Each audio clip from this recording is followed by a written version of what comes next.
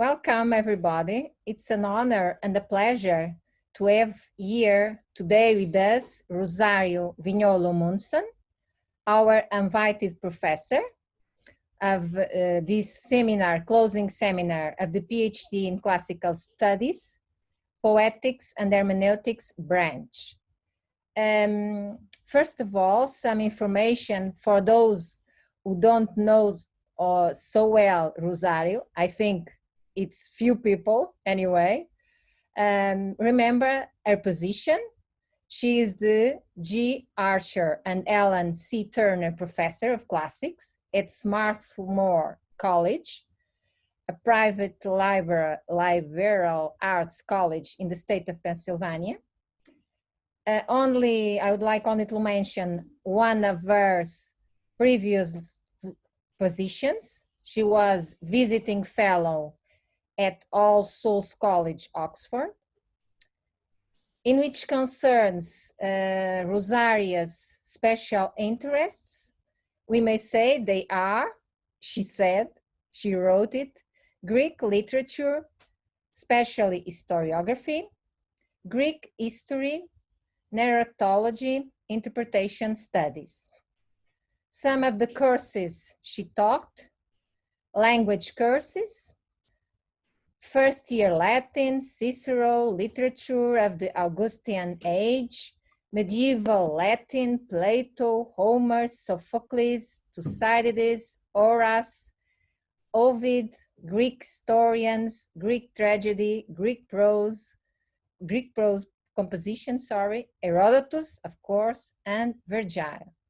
Courses in translation also, epic poetry, history of the ancient theater, classical love poetry, classical mythology, the Greeks and the Persian Empire, democratic Athens, Dante and the classical tradition, persuasion and power in ancient Greece, and ancient storytelling and fiction.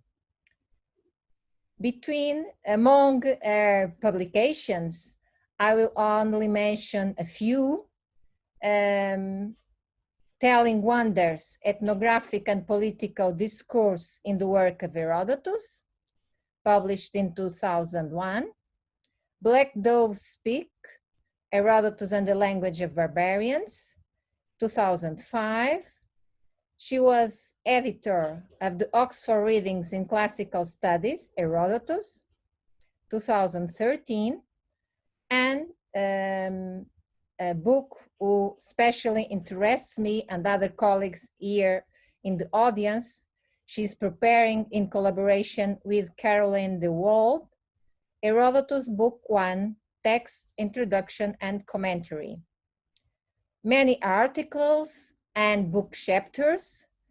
I would only mention one from Herodotus and another from Thucydides. Are both historians, preferred historians. Freedom and Culture in Herodotus Histories, published in the book edited by Thomas Figueira and myself in 2019, and Provisional Wisdom in Thucydides, which will forthcome in the Cambridge Companion to Thucydides. This is a brief presentation of Rosaria's bio, and I would like, before give her the word, to remember a coincidence. Today is the 26th of June. We have changed, for those who don't know, the schedule, the day of this conference. But I think it was Tyche, a very powerful force, the Greeks called Tyche, who controlled our destinies, because 1 year ago, exactly at this same day, Rosaria was between us in Coimbra. She was convener with Caroline de Wald, Thomas Figueira, of one of our panels at the Celtic Conference in Classics. It was exactly on this same day. and she was presenting a talk at this same hour. I only noticed that a few minutes ago when I was reading the program of last year's conference, and I realized that's not possible. She was speaking here in Coimbra, not here because I'm at home, but she was speaking to us at panel 7. The panel she organized with her friends, shared friends, as I mentioned, disinformation, propaganda, and Greek historiography. Her slot was at 3 p.m., so just in time, 5 minutes later, but it will listen to you with careful attention. Once again, thank you very much to having accepted this invitation, Rosario. And now I leave the word to you. And if you want to share your screen, please go ahead. Thank you so much, Carmen, for that incredibly full and undeserved introduction. It's really amazing, the coincidence that you brought up. I had no idea. But it is in any case lovely to be among you, even though we are at a distance, and it is an honor to have been invited to speak at the seminar of the encerramento. Am I pronouncing this correctly? I love this word, encerramento, of your PhD program. I would like to pause for a moment to share my condolences for the recent death of Anton Powell, whose chairmanship of the Conference for Classical Studies, Celtic Conference for Classical Studies, has been indirectly through the mediation of our mutual friend, Tom Figuera, the cause of my present connection to Carmen Soares and the University of Coimbra. It is a connection I cherish, and which has given me the opportunity to enjoy your hospitality in your wonderful country and city, where I long to return if they ever will let me into Europe ever again. So I also thank you for the wonderful poster that you made for me. I would like to share another image, which is sort of inspired my talk today. By the way, this is not going to be a scholarly talk. It's going to be, I hope you will all participate in the end. It's going to be a naive talk. But this is an image that I borrowed from the dust jacket of the collection of essays edited by Edith Foster and Don Latiner, entitled Thucydides and Herodotus. It is an illustration of a manuscript of the history, supposedly. I don't have much information about that, but it represents Herodotus reading from his work to a public. And this, as you can see, the faces of the listeners become more indistinct in the background. And so perhaps he's not only reading to his contemporary Greeks or to this Renaissance-looking crowd, but maybe he is reading to all of us. Herodotus is being crowned by someone, which is sort of awkward while he reads, but more strikingly, next to him stands Thucydides as a boy, and he is in tears. This image reproduces an episode related by Thucydides' biographer, Marcellinus. And so it is said that once when Herodotus was making a display of his own history, Thucydides was present at the recital and hearing it wept. Thereupon, they say, Herodotus noticed and said to Oloros, the father of Thucydides, "Oh, Oloros, truly the nature of your son is violently bent toward learning." This anecdote captures a moment in which Herodotus supposedly changed Thucydides' life. We do not know what was the passage in the histories that Herodotus was reading, but his response to the father of Thucydides, to Oloros, suggests that he interpreted the boy's tears as being agonistic, that is to say, caused by Thucydides' perception that he would never be able to rival the skill and beauty of Herodotus' narrative. But since this is a tradition about an event that probably never happened, I would like to reread it and propose a different interpretation for Thucydides' tears. Suppose that Herodotus was reading his description of the series of misfortunes that struck the inhabitants of the island of Chios in 494 BC at the time of the Ionian Revolt. Sorry that there is so much text, but I wanted to have the Greek side by side just in case. It often happens somehow that signs indicate in advance when misfortunes are about to happen to a city or nation. For before this event, great signs occurred. First, when the Chians sent a chorus of young men to Delphi, only 2 of these returned, while a plague struck and carried off 98 of them. Then at the same time in the city, shortly before the naval battle of Lade, the roof crashed on children who were learning their letters, so that out of 120 children, only 1 escaped. These are the signs that the god manifested, and afterwards the naval battle overtook them and brought the city to its knees. And after the naval battle, there came Histiaeus leading the Lesbians, and since the Chians had been badly weakened, he easily subjected them.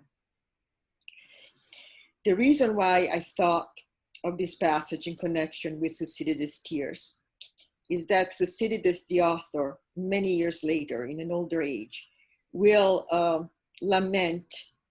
sympathize with the misfortune of the Chians at the time of the Ionian War in 412 BCE, when the Chians belatedly, and according to Thucydides, even after much forethought, they rebelled from Athens and met with an unexpected and brutal suppression, thereby making their small city-state once again almost paradigmatic of collateral damage in a global crisis and of the strangeness of human fortunes, the unexpected quality of human fortunes.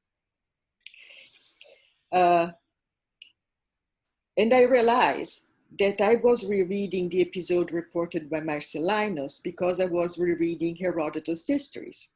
And I think many of us do when confronted with the text we love. And I was rereading him in the light of present experience. The last time I had paid close attention to this chapter of the histories that deals with the Chians, I was interested in something rather different.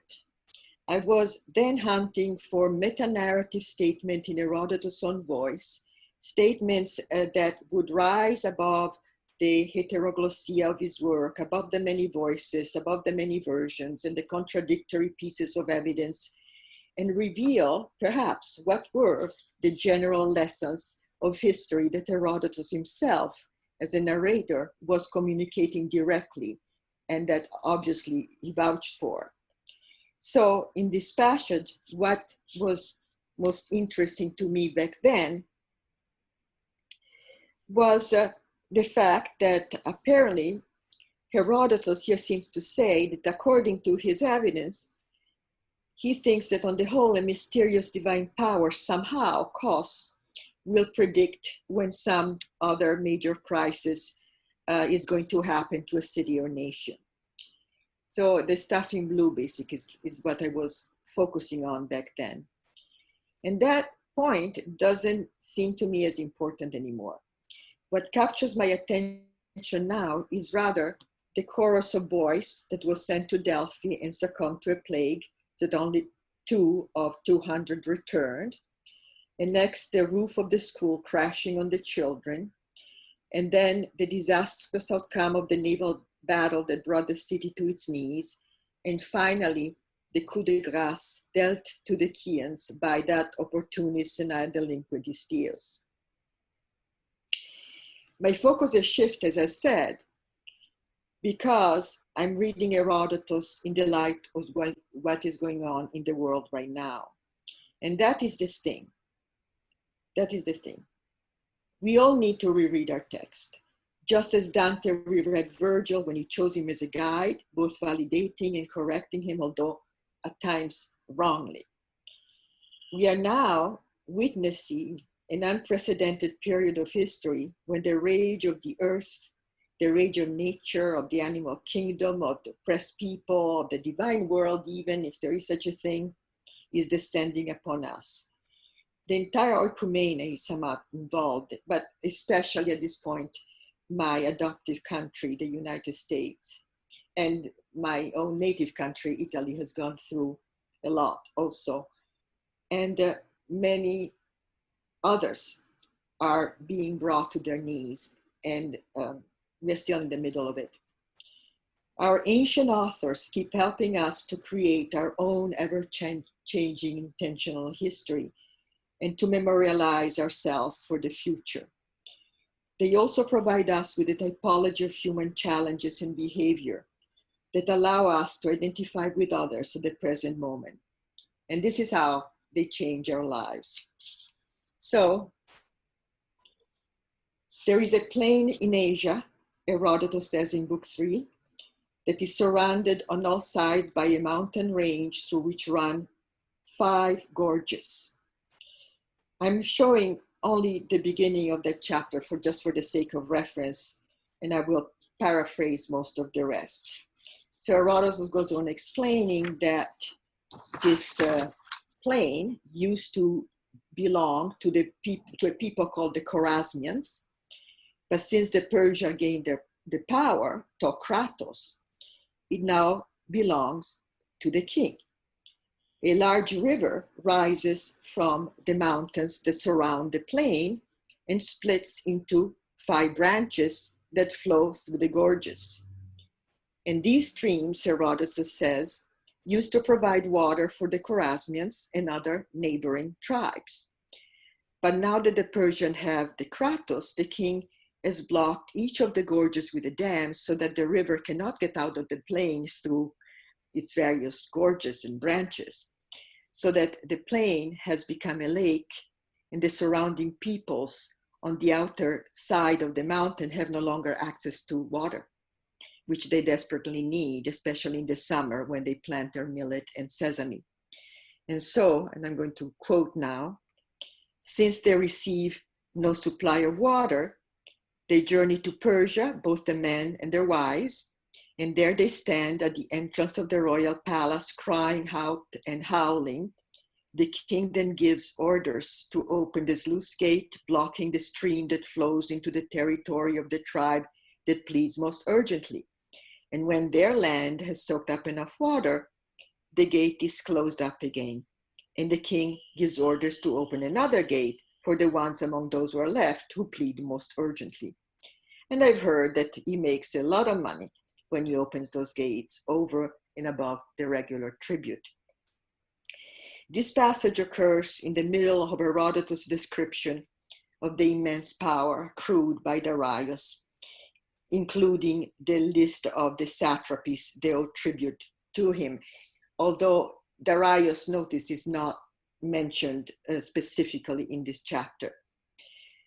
Anyway, it has been argued that in this context, Herodotus mentions the blocking of the river Akis, which imposes on the Chorasmians an extra tax on their own water, not in order to condemn a sacrilegious longing for domination, but just for the purpose of rounding up the grand image of the fiscal system of tributes and gifts of the Persian Empire. In other words, since Herodotus, is thinking does not express here blame, there is no blame, but rather perhaps even a measure of admiration for Persian power and control over lands far and wide. In our time, this view, which is a recent view, sounds somewhat unsatisfactory. Herodotus knows full well how to express admiration for foreign institutions, as when in Book 8, he describes in laudatory terms the impressive Persian courier system along the royal road, chapter 98 of Book 8.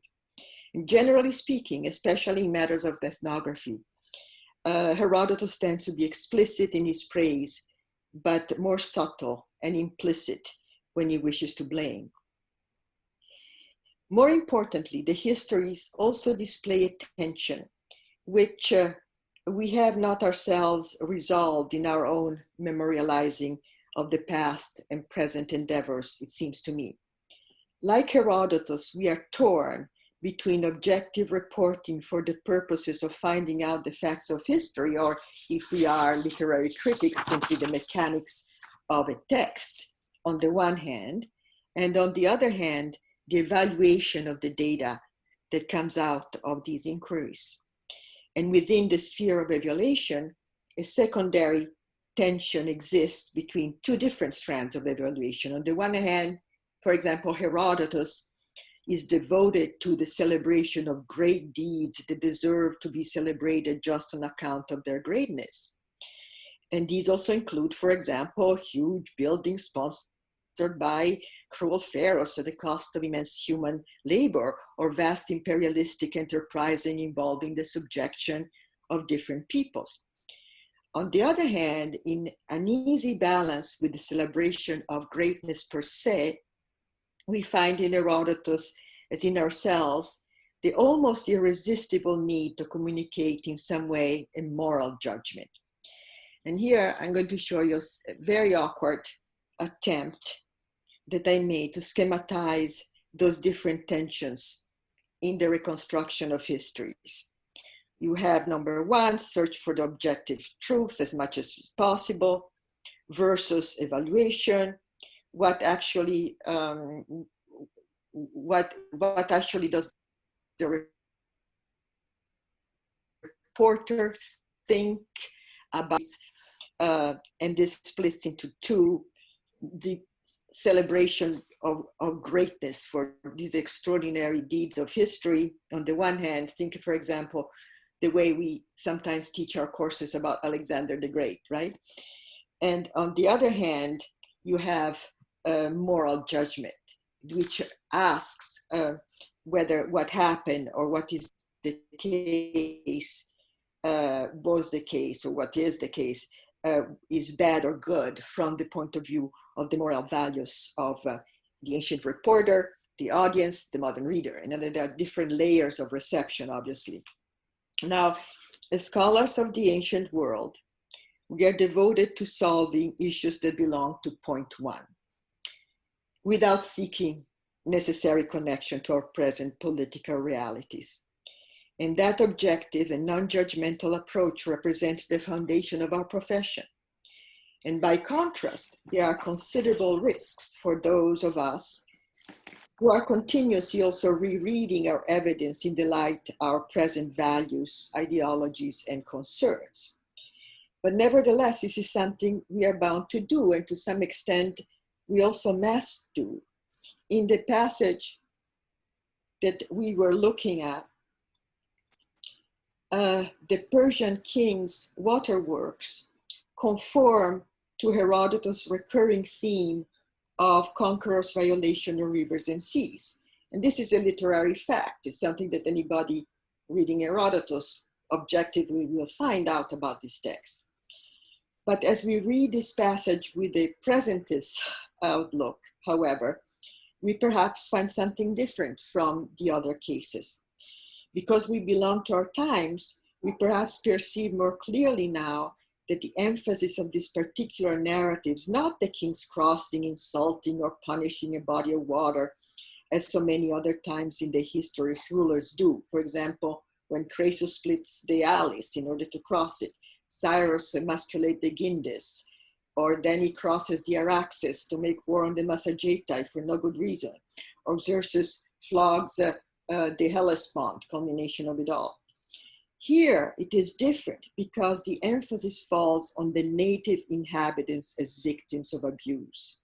The Chorasmians and other farmers are demeaned, reduced as supplicants at the gates of the king, with their families crying and howling, imploring the king to give them access to their own water, which they need to irrigate their fields. And the river is not here a boundary or a divine entity that one desecrates at one's own peril. Here the water is rather a natural resource, which an intrusive political power, to kratos, appropriates and sells back for money, and at the added cost of enormous human suffering and ecological distress. And this power does so with absolute impunity, and in fact, with considerable pragmatic advantages. As Herodotus also says, I have heard that the king makes a lot of money when he opens these gates. So from the point of view of the values of our times, it is hard to find a more poignant metaphor for colonialist exploitation. So more than ever now, at this point, we see that Herodotus, is on our side. But is he really? Can his language teach us something else? Herodotus' description of the pride Metis who supplicates the Persian king for access to their water uses the verb oryomai, which we find only twice in the histories. I've recently listened to a wonderful lecture by John Dillery that examines a lot of these cases in which a word is only used twice in the histories to decide whether there is a connection between these two cases. He doesn't discuss this particular one. This is the one that, though, I'm going to talk about. So we find this oryomai only twice in the histories. In this passage, it means housed with grief, but then the word only reappears in Book 4, where Herodotus describes the Scythians howling in delight at their excellent, according to Herodotus, excellent, he liked it very much, cannabis sauna bath. He says the Scythians take the seeds of the cannabis, crawl under felt blankets, and throw the seeds on blazing stones within. The seeds thrown on the stones fume like incense and produce a vapor such as no steam bath in Greece could surpass. The vapor makes the Scythians howl with delight, and this serves them in lieu of a bath, for they never wash themselves with water. What we have become very, very sensitive in our days, especially in the United States. If I compare Italy and the United States, I always have to explain things, that we are very sensitive to the connotation of words. And here we have a verb, or ruomai, which is, it has, been recognized a long time ago. Outside of Herodotus, almost always denotes the howling of animals, wolves, dogs, lions, and so on. A verb that Herodotus only applies to non-Greeks and to a certain type of non-Greeks. It is a peripheral, semi-primitive peoples, whether agricultural, pastoralists. The Chorasmus are agricultural, the Scythians are, of course, nomads. So my question is, does this language diminish the pathos of Herodotus' description of the suffering of the Chorasmians and their neighbors by introducing an element of contempt?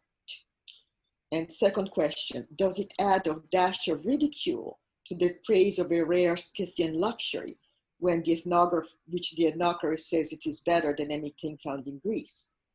And the answer to both questions is, yeah, to some extent, yes.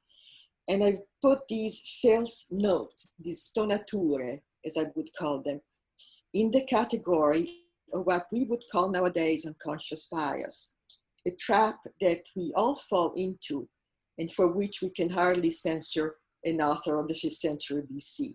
And I will be coming back to Herodotus' representation of foreign people later on and some of its peculiarities that may be interesting today. Let me just make the point that with regard to the first requirement for anyone who studies the past, finding out what is or was the case, Herodotus teaches us the importance of this number one. He teaches us the truth matters. A great deal of scholarly time has been spent discussing whether Herodotus is a liar who never really went to the places he says he visited, never spoke to the people he cites as his sources. I'm not going to renegotiate that problem. I just would like to stipulate without evidence that he, as a narrator, establishes with his audience a contract founded on the idea that truth matters, even though it is hard to come by, and a contract that also works on the assumption that obviously false reports vitiate the message and should therefore be refuted. The Egyptian Logos of Book 2 is particularly rich in Herodotean polemics against the ignorant things that more or less erudite Greeks, especially, say about Egyptian culture and history, or for that matter, their own culture and history. And in this context, I would like to reconsider that famous passage where Herodotus tells us that he went to the city of Thebes to verify the discovery that an earlier Greek author had already made concerning the short-sighted view the Greeks have of human history compared to the Egyptians. So I'm quoting here, earlier in Thebes, the logographer Hecataeus of Miletus recited his genealogy, tracing his descent from a god in the 16th generation. The priest of Zeus there responded by doing the same thing as I also did when I was there, although I did not give them my own genealogy. So what did the priests do to Herodotus that they had previously done with Hecataeus? Well, Herodotus goes on to explain that they took him to a large hall in the temple and showed him 345 giant statues of Pyromes, that is, noble Egyptian gentlemen who succeeded one another as high priest from father to son for as many generations, 345 generations. And all these were human beings and nobody was a son of a god or connected to a god. So this passage has almost universally, I'm think it's almost impossible to find someone who doesn't consider this passage as an attack by Herodotus against his literary predecessor Hecataeus.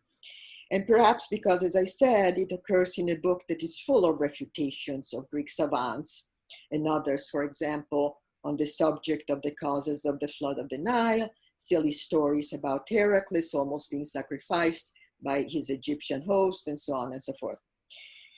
Or perhaps it is a case of scholars from the 19th century on projecting onto Herodotus their own anxiety influence with respect to their precursors. And so I would like to reread this passage for our time in a less agonistic, a more contemporary way. So here's the possibility. Hecataeus went to Egypt, where his conversations with the priests at Thebes opened up his perspective. He learned that the lineage his prominent Milesian family claimed, going back to a god in the 16th generation, could probably be ranked among the sort of absurd stories that Hecataeus himself was interested in critiquing, as we know from the poem of his genealogies, which is fragment 1. And then, this probably more than 50 years later or so, Herodotus also went to Egypt, but instructed by Hecataeus' experience, he was able to start his inquiry at a higher level. He knew better, in other words, than bringing up his own genealogy, whatever that might have been. Now, I would like now to return to my earlier interest in collecting those relative rare instances in which Herodotus makes broad generalizations in his own voice. It can be like lesson history type of thing. And I mentioned that interest to discard it at the beginning of this talk when we were looking at the narrative of the suffering of the Chians. And for this generalization, actually, I do not need much rereading because I've always considered it the most life-changing in the histories. But what perhaps I have not paid enough attention until now is the intertextual relation it bears with the episode about Hecataeus, Herodotus, and the Egyptian priests we have just discussed. I mean, how sort of coherent it is with it. In book 2, Herodotus is clearly overawed by the richness, peculiarity, and authority of Egyptian culture, a culture which so prominently includes religion and sacred history, even of a very weird sort from a Greek point of view. But while the Hekateos episode reinforces the idea that false cultural knowledge needs to be refuted, for example, the Greeks excessively narrow consciously of the length of human history. Here, Herodotus declares that in any case, as a researcher, the facts of human history are all he can attempt to verify or refute. Divine history, by contrast, lays out of the reach of inquiry. And this is the way he puts it. As far as the divine things go, I'm not eager to discuss them, aside only from their names. And what he means here is the names of the gods, which he translates, since I believe that all men know equally about them. I believe all men know equally about them. And if I should mention any of them, it is because I'm compelled by the discussion. In other words, the search for truth is important. There is much to be learned through seeing, hearing, and reasoning. There are many unauthentic stories and notions that need to be debunked. But on the other hand, not everything can be known. In particular, the divine is mysterious, and in its basic metaphysical coherence, it manifests itself through a variety of cultural channels, all equally sacred. And therefore, we cannot question sacred history of different societies, or religious beliefs are equally true. This statement brings us back to what is perhaps the most important aspect of Herodotus' mentorship to us all, his big, generous cosmopolitanism. To the equivalence of all religious beliefs, there corresponds the equal validity of customs belonging to different human systems. In summing up the meaning of the horrendous violations of Cambyses in Egypt, Herodotus attributes to that Persian king a lack of awareness so profound that to him it amounts to nothing less than madness. What Cambyses is entirely unaware of is the power of nomos, custom king of all, as Herodotus puts it. In particular, Cambyses is unaware of the extent to which each society is attached to its own customs and consider its most serious nomo to be the best and sacred. And here Herodotus sets up a thought experiment, imagining that all men were allowed to visit a general supermarket where nomoi from all over the world were displayed, with the possibility of exchanging their nomoi with those of some other nation. People would shop around, examining the multicultural merchandise, but in the end, they would each return home, bringing back their own nomoi. So this is the quote: if someone would offer the opportunity to all men, asking them to select the most beautiful of all customs, each would inspect them carefully and then choose their own. So each society culturally thinks that its own customs are by far the most beautiful. You know, I used to believe that this was true. It was absolutely true. But now I'm not so sure anymore, because I become more aware that not all of the customs of my society are beautiful. And I would not mind actually replacing some of them. But Herodotus, it turns out, admits of those exceptions. While he proclaims, as here in general, the equal validity of customs and advocates that we should treat foreign nomoi with the utmost respect, even those we do not find particularly appealing, like eating the dead flesh of our parents, he also, at the same time, gives us permission to disapprove in the strongest terms of those customs that victimize a section of the society to which they belong. And my main example for this is the forced ritual prostitution of the women of Babylon, which Herodotus calls most shameful, aiskistos, chapter 199 of book 1. Now, if we were to write a book about how Herodotus can change your life. And I would like to make this a collective project with everybody sort of contributing from his or her own experience. Anyway, that book would contain many chapters and probably many contradictory lessons, so to speak. It would include a chapter on war, necessary war. It would include a chapter on justice. It would include a chapter of government, and so on. But especially, I think it would have a prominent chapter on the eminently reasonable brand of Herodotus' cultural relativism. You know, all customs are equal, you know, except when they are oppressive. And this book would also have many, would certainly have a chapter that might be entitled "Do Not Mess with the Women," for example. And certainly would also have a chapter about humor. Herodotus uses humor to a greater extent than any other historian I know about. Although Thucydides has his rare moments of comedy in book 4 when he deals with Cleon. But anyway, we should share it. We should cherish Herodotus' humor. My friend Caroline Duval, with whom I've been talking Herodotus for years, has written both about women in Herodotus and about humor. And these are two topics I cannot give justice to today. But since I began my talk tragically with the calamities of the Chians and the sufferings of the Chorasmians, I would like to end on a lighter note by combining these three topics at the same time: the power of nomos, women, and humor. My first item, and here I will have little to say, I will just ask you to look at Herodotus. My first item has to do with the custom of a Thracian tribe, among whom, when a man dies, his widow is going to be slain on his tomb.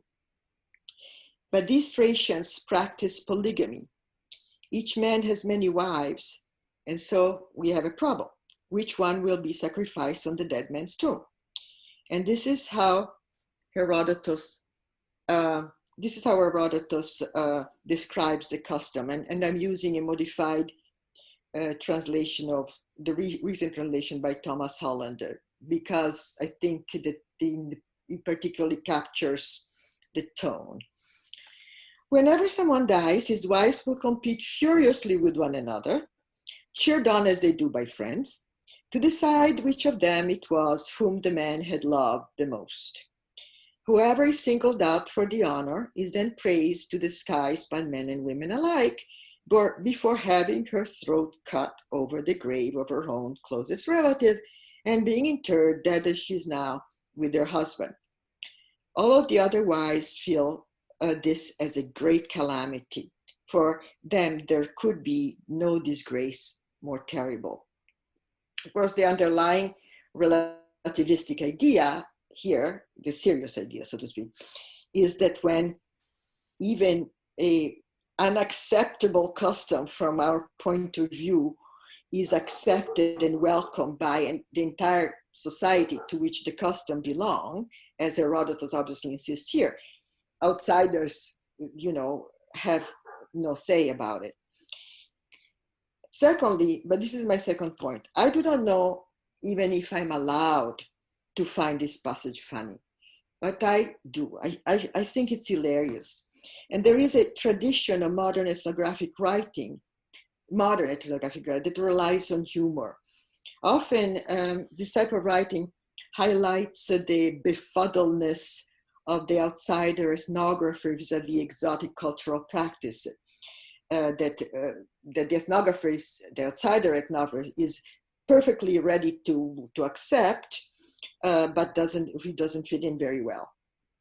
See, for example, Clifford Geertz's famous article about the Balinese cockfight, or a book called The Innocent Anthropologist by Barley in the 90s.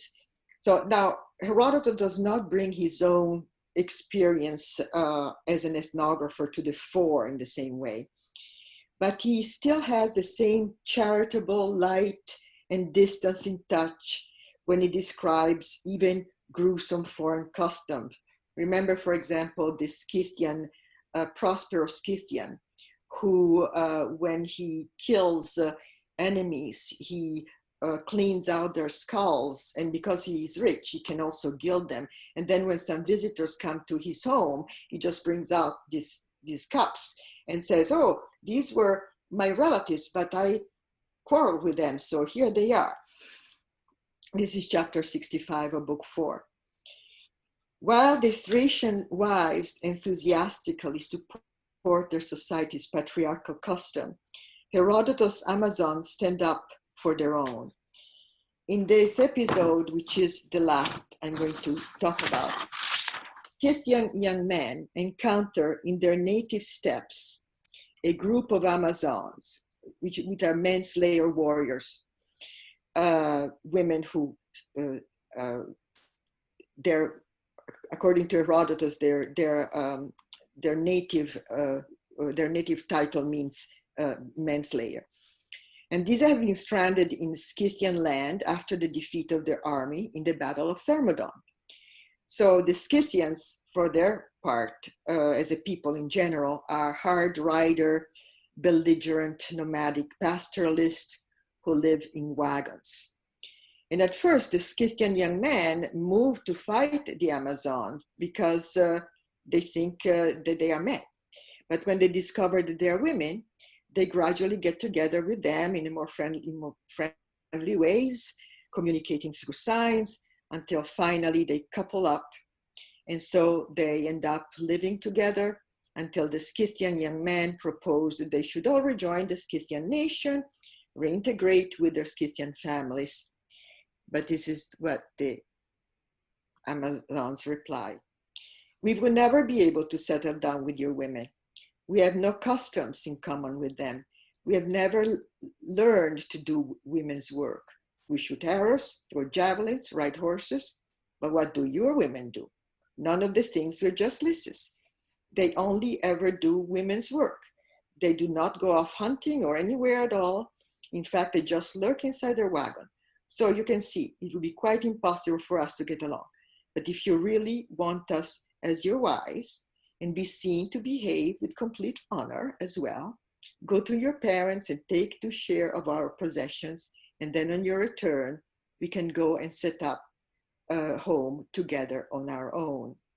And so they do. So I'm going to leave you with this on a light note.